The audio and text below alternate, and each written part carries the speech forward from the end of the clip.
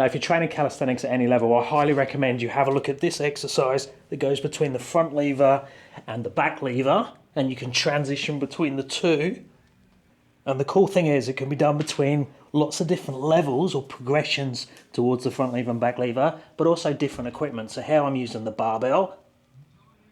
I could use the pull-up bar, so I can adjust everything as needed to fit my current level or the availability of equipment that I have. Now, if you're new to the movement and not so conditioned, the easiest way to do it is with rings because it's much easier to get into the position. And for most people, it's going to look like this. So I'm going to have palms down on the rings. I'm going to walk through.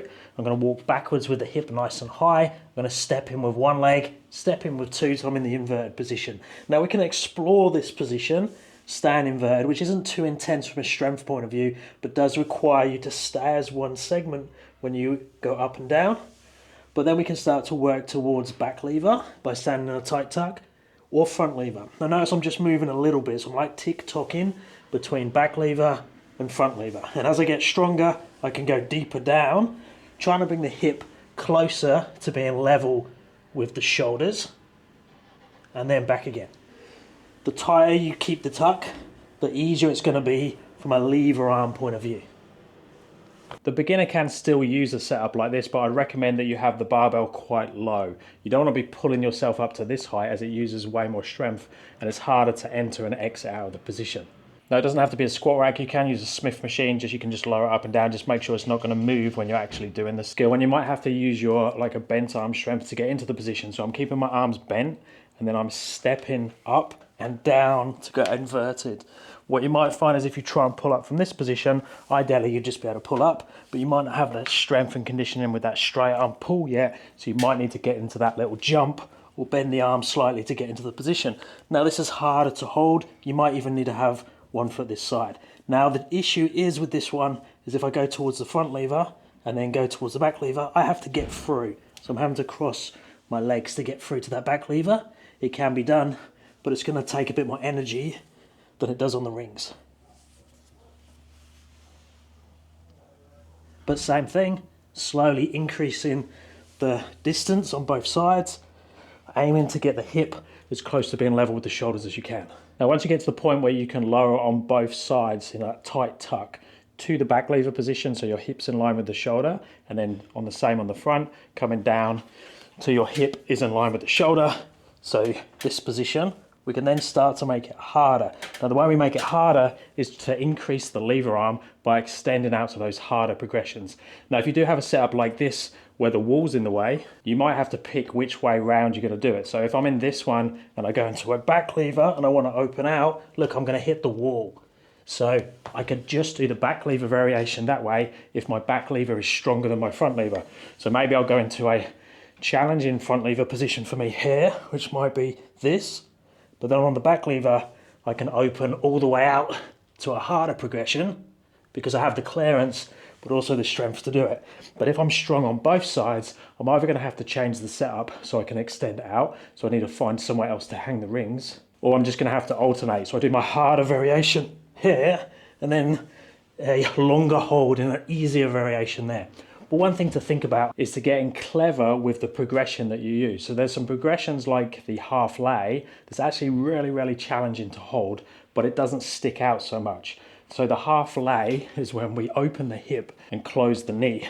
So that's a half lay position, and that's arguably as hard as this straddle position, but it doesn't stick out quite so far. So that could work really well if you are limited with that space. So let's now run through the different progressions. So beginner level is that tight tuck position.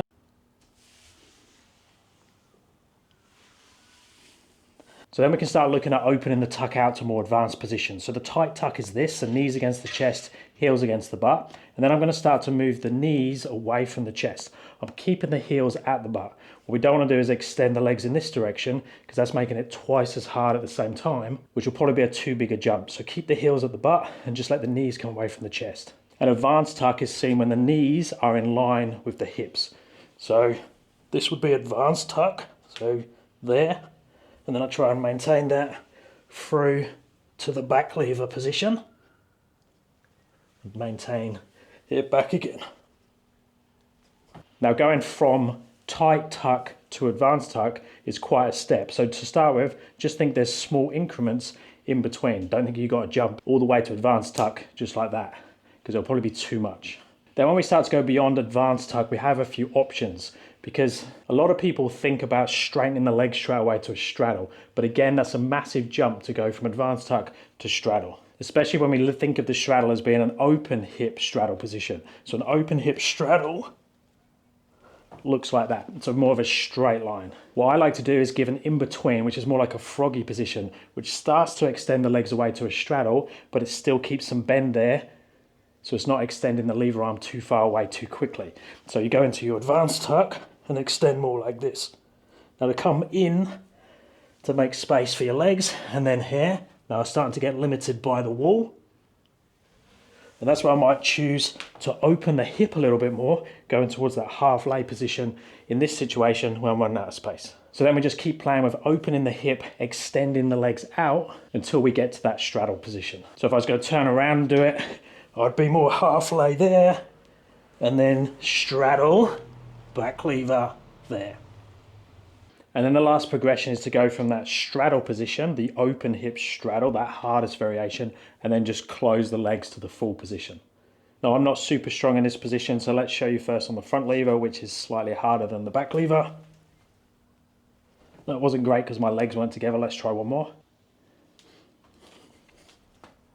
No, I haven't got the energy to do it now. Gas too much from all those other demos, but you get the idea. So it's legs together there. I can definitely show you in the back lever because I do find that much easier.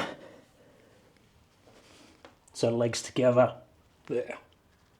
Now it is worth videoing from the side, because you often think you're in a good position. You think your body is level with your shoulders, but it often isn't. So set a good camera up, make sure the camera is at the same height. It's sometimes hard to see if the camera's on the floor or up higher than the rings. And remember, you can play around with your hold times as well. With this movement, we are thinking more about shorter hold times on each side, dynamic movement between, and then more repetitions, which is slightly different than doing front lever holds or back lever holds by themselves. Let me know if you have any questions with this one. If you're after coaching, check out my website, www.paultwyman.com.au.